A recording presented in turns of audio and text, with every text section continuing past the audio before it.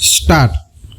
રાજ્યમાં કૃષિ અને ગ્રામ વિકાસને વધુ મજબૂત બનાવવા માટે સરકાર દ્વારા પાણી સંચય, માઇક્રો સિંચાઈ, કુદરતી ખેતી અને ગ્રામ્ય માર્ગ સુવિધાઓને પ્રાથમિકતા આપતા વિવિધ કાર્યક્રમો અમલમાં મૂકવામાં આવ્યા છે.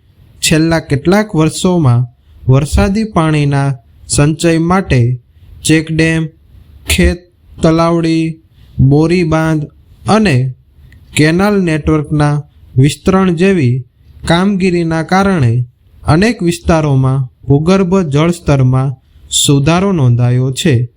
ખેડૂતોને ટપક અને છંટકાવ સિંચાઈ અપનાવવા પ્રોત્સાહન આપવા સહાય યોજનાઓ અમલમાં છે, જેના કારણે પાણીનો બચાવ થાય છે અને પાક ઉત્પાદન ક્ષમતા વધે છે.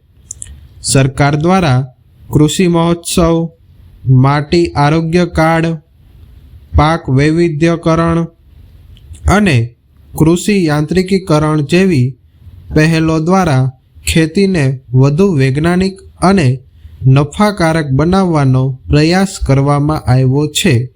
ગ્રામ્ય વિસ્તારોમાં માર્ગ, પીવાનું પાણી, સ્વચ્છતા અને આરોગ્ય સેવાઓને મજબૂત બનાવવા માટે તાલુકા અને જિલ્લા સ્તરે સંકલિત આયોજન હાથ ધરવામાં આવ્યું છે.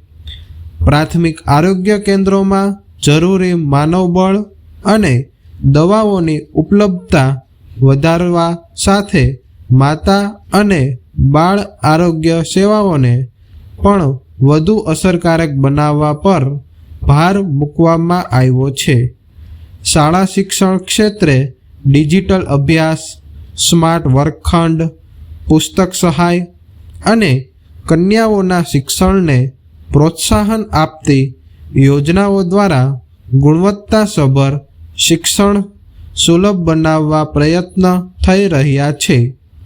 મહિલાઓના આર્થિક સશક્તિકરણ માટે સ્વ-સહાય જૂથોને નાણાકીય અને તાલીમ આધાર આપવામાં આવે છે, જ્યારે યુવાનોને કૌશલ્ય વિકાસ, રોજગાર માર્ગદર્શન અને સ્વરોજગાર માટે સહાય ઉપલબ્ધ કરાવવામાં આવે છે.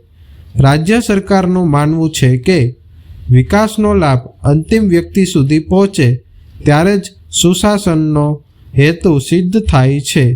તેથી વહીવટી પારદર્શિતા, સમય મર્યાદિત અમલવારી અને લોક કેન્દ્રિત અભિગમ દ્વારા કલ્યાણકારી યોજનાઓને વધુ અસરકારક બનાવવા સતત પ્રયાસો કરવામાં આવી રહ્યા છે, જેથી ગામડાથી શહેર સુધીના નાગરિકોને જીવનમાનમાં સુધારો અનુભવાય અને સર્વાંગી વિકાસનો લાભ સમાન રીતે પ્રાપ્ત થાય.